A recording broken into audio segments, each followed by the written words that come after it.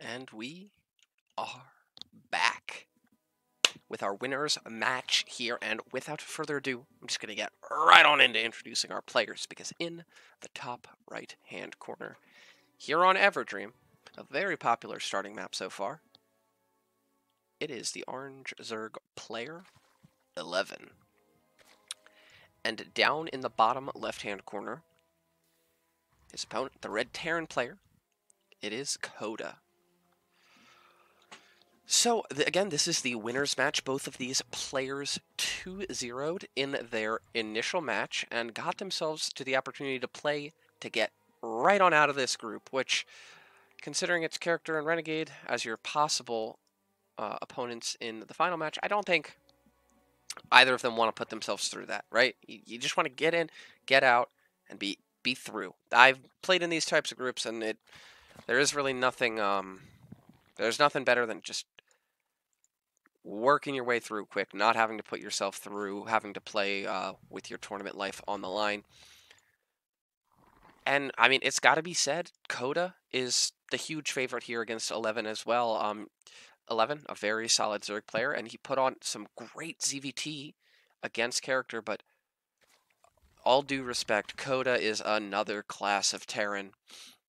Again, I think I said in his first match, one of the favorites for this tournament as a whole, and 11's going to have to pull out all the stops and play very solidly if he wants to get past this beast of a Terran player.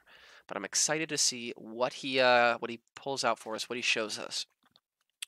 Just real quick, I just noticed I'm a little tired, so I kind of missed it, but we had some followers here. Character, Broom, Furious Styles all followed the stream. Thank you so much for doing that. Again, we're going to be live with a lot of... I have a feeling between me and Renegade, we are probably going to cast almost all of the RSL and almost all of the Risen Competitive Clash, which are the two main tournaments being run by Risen members right now. So, thank you for tuning in and spending time with us here and enjoying this awesome group. Looks like here comes the Reaper Harass here from Koda. It's going to pick off probably one lane to start. He's got that SCV patrolling at the third to kind of keep it locked down. My music in there. Oh, the music's just not loading in because it... Okay. I don't know why, but it's not important. Beyond this, the Reactor Hellion going down. Koda taking very careful... Okay, there is the engineering bay, or the evolution chamber. It accomplishes the same thing as an engineering bay, but this looks exactly, literally exactly like the build that 11 did in game number 1 against character.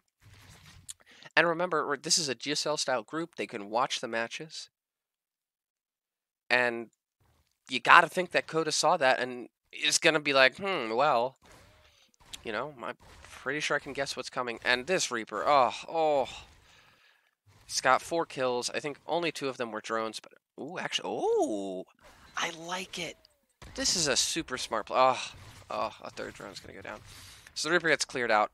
Definite value. But I really, really like this. He does what, to all intents and purposes, looks like the exact same thing that he did against character. But it's not. It's actually +1 links. It's a Baneling Nest. And if Koda goes too hard, tries to say, like, meta him, be like, I know what you're doing the same thing. I mean, Lingbane, you want different stuff to prepare for Lingbane than you do for roaches. Obviously. Now, it looks like it is going to be Battle Mech that should be able to kind of handle both if microed properly, but I really like the meta play here. Ooh, Blue Flame on the way. Ooh, Blue Flame could be very, very powerful against a Ling-based army. But that's still a long way away. The Baneling Nest is now finishing up more and more Lings on the production tab, and if 11 can catch these Hellions out, he could be in a great position to go get some damage done, but oof. Clearing out that first salvo of Lings with no real losses here is Koda. There's a few Banelings getting morphed in on this half of the map, though. He's going to see the third base. And Koda's got to be feeling pretty good right now. I mean, the third base is very late for the Zerg player. There's a lot of Lings. Ooh, actually catching out 2. Oh, only 1. Great micro there from Koda. He's going to get that second one. Of the Hellions. Here come the Banelings. So, kind of trading out here. There are more Hellions on the way now, but losing these Banelings hurts an awful lot. That is gas down the drain. Now the Cyclone's starting to join up things, and I really like the battle mech style here from Koda. That's going to allow him to lay a ton of pressure on, and when you're confident about your play, being able to keep the pressure on your opponent only gives you more opportunities to showcase the skills that you got. Ooh, Blue Flame finishes, and now these Hellions start trading ridiculously well against these Zerglings. He picks off the Cyclone. That's a great pick for him. But look at the micro here from Koda. 3 Hellions that are like a Zergling's fart away from death, but they're not dead, and that means they're going to get shots in, and every Blue Flame shot against Zerglings is just terrible, terrible damage. Going to pick off some of the reinforcing links. It looks like 11 is going to try and get something done on the other half of the map here with these Zerglings. Got to get these Banelings morphed in. The Hellions of Koda are right now out of position. He's got a few more back in the natural, as well as he's spotting with this barracks, but it looks like he's going to keep these here to try and pick off reinforcements. But will he have enough to deal with this bust from 11? The wall's down. The wall's down. The Lynx get in. Oh my gosh. The Fox is in the hen house, and this is an unprotected mineral line that is going to start going down. 4 SCVs fall so far. He gets the depot back raise, so he's going to have to use the Banelings to blow that up. But now there's more Blue Flame Hellions, as well as the other ones returning back from home. Oh, huge hits here from the Hellions. These are going to get zoned out, but they are going to distract and maybe buy him some time, kill a few Lings in the process. And now the wall's back up. 11 SCVs go down. That's good damage, but with 3 CCs, I don't know that it's enough. 11 really needs to power up his drone count pretty hard. He's not. He's going to try and continue the aggression, but I'm not sure how effective that's going to be as, oh, these Blue Flame Hellions just roasting and toasting all these Banelings. Now the Cyclones are getting in on the action as well. All of these Banelings get cleared up before they can really do anything.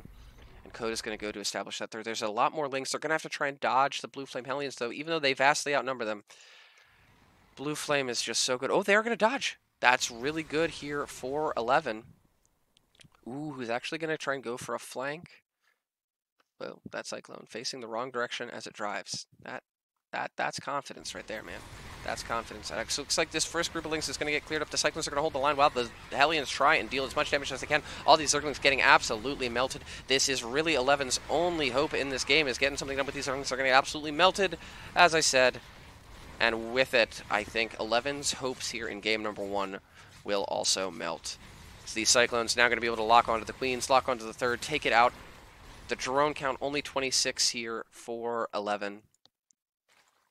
The layer's almost done, but he doesn't really have the gas to do a lot with the layer tech. And this pressure is not going to subside here from our Terran player. This third base under fire. Ooh, the Zerglings are going to try and get in, but oh, these Blue Flame Hellions, right? He's up on economy significantly, and he's just trading so well. These Lings just cannot trade efficiently with Blue Flame Hellions. Every shot just kills like 15 of them.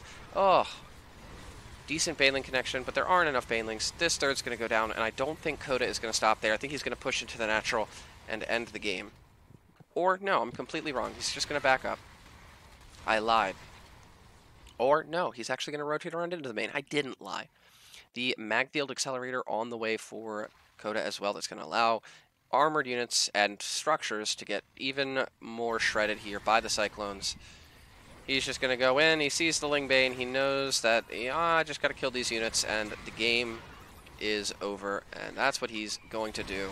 Just kite, run away, kite, run away, kite, run away, or hit, run away. I guess that's what kiting is. As good luck, GG. Wait, that was game number 1. Putting on, I've never been more fueled by passion. As spawning down in the bottom right-hand corner, here on Nightshade, it's the orange Zerg player. It is 11.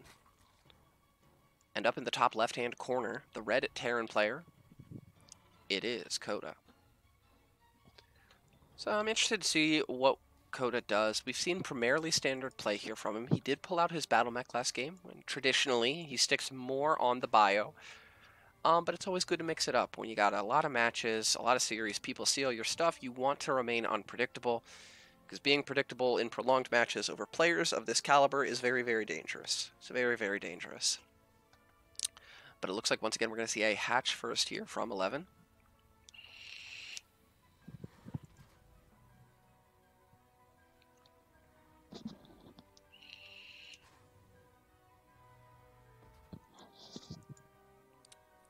Everything normalsville here on both sides.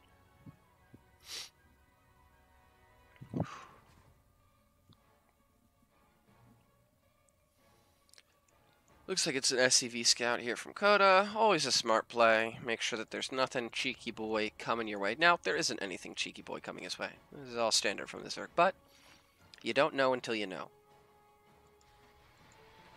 Looks like there's the orbital coming in here from Koda. And he's just going to Reaper expand. Oh my goodness, I might need to stretch my legs after this game. So I'm starting to cramp up from sitting down for so long. As we all know, we're nerds. We sit in our chairs and look at screens for a large amount of hours at a time. Circulation, important. Very important.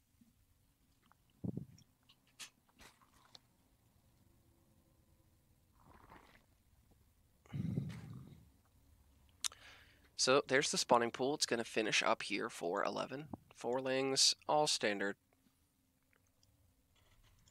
As Koda preps for his reactored Hellions.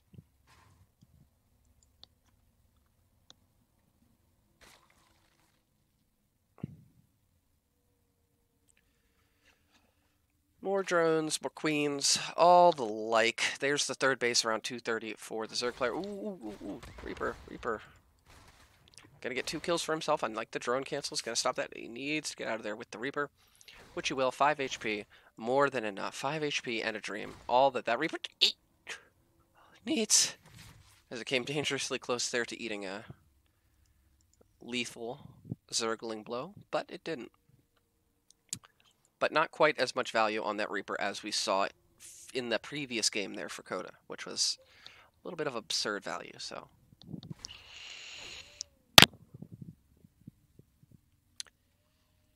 He's going to go into the main, keep his scouting good. Oh, not going to be able to catch a transferring drone. Oh, maybe.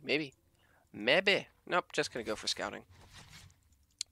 He's going to see this. Oh, 11 let the spore finish by accident. Yeah, it happens. Second spore cancel. Don't think it's going to happen to him twice. There's the cancel. Stim. Hellions.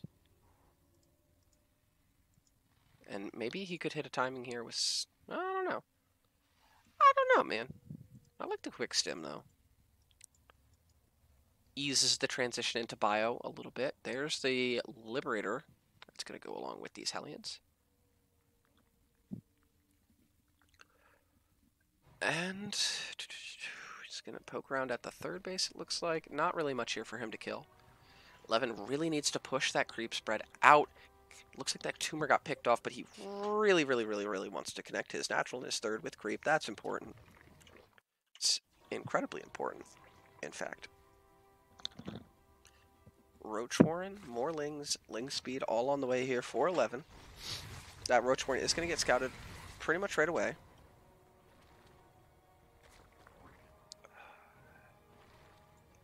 So here comes the Reaper going into the main once again. Koda being very proactive about his scouting. Seeing all these drones transferring is such a big scouting tip. You don't see tech, but you kind of implicitly see tech, right? If you know the Zerg's droning like this, there's a lot of things you can kind of cross out as are not happening. And I really like how you see a lot of good players that gain scouting info, not just by like, what do I see, but like, what do I not see, you know? But that Reaper's going to get cleared out now. Hellions going to get rallied in. Going to get bruised a little bit, but still alive. Ooh, this is a dangerous spot to go in here for Koda. He's going to try and position himself amongst the mineral line, but I really like this play. 11 traps the Hellions, and I think he's going to be able to clear all of them out. Oh, the Liberator. The Liberator behind this, 14 drones. This is a great pickoff here for 11, but it's pretty much 100% mitigated by this 14 kill Liberator. Oh my goodness.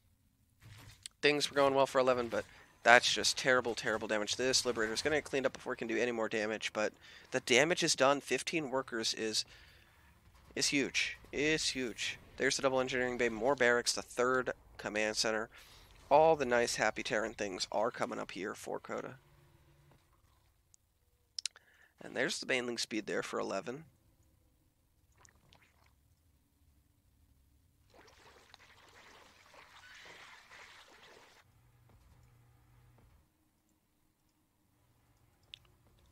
more units on the way. 1-1. That's a big thing that is noticeably missing here for 11 is those upgrades. There's the second Evo chamber going down now. But the window for the Terran in terms of upgrades is going to be not insignificant. There's the fourth base as well. And now is when we want to start to see 11's drone count really rocket into the like 60 to 70 range before this happens. And by this, I mean classic Koda trying to pick his opponents apart with drop play. We saw Renegade put up a very robust defense against some of that, but ultimately was unable to stem the tide of raw multitasking that Terran puts out. 11's going to get a shot at that and getting some hits off on that. Medevac is a great start there for him. But here's the double drop, and Koda is going to micro this very effectively. He's going to start to poke at this base. There's the queens. He's going to target one down. One goes down. These lings just can't get close. There are speed veins. That should allow him to kind of push back here. Koda going to load up and just get out of dodge. But this is where it starts to get dangerous, where once he was single prong attacking, now we're about to see double prong attacking. And this is where it gets really tricky. You have to split your units up, and you have to split them effectively. You have to have the right amount of units in the right spot, because if one side loses really hard, even if the other side wins, you can still lose like 20 drones and lose the game. So not only is this a test of multitasking, it's a test of kind of his ability to kind of situationally handle the pressure here. Here's the drop in the natural. Oh, getting that upgrade would be huge. Oh, he's going to get the fourth at the same time. 6 drones go down. It looks like this is going to get shut down. Koda going to get out there with all but one of the Marines, but kills the fourth in the background. That's exactly what I'm talking about. That drop, it got a little done. Nothing tremendously important, but losing the fourth, that's big deal. That's a big deal. Here's the drop coming into the main as well. Well, this goes back into the natural. Koda, oh, play like Maru, more like play like Koda. 7 drones going to go down in the main base. As more and more begin to fall, this drop is still alive and well. And now these Banelings might start to be able to clear this out. Clears out half the Marines out of that drop, but oh, he's overstimmed, but it doesn't matter. There's just nothing here. He needs to clear out the creep, maybe. Yep, gonna get some tumors, gonna get some bled out lings. These Hydras are out now. They can add a little bit of extra DPS, but Koda actually likes what he sees, takes that fight, clears out some Hydras. GG is called. Whew. Well, Koda looked scary. I think we can all agree on that. Koda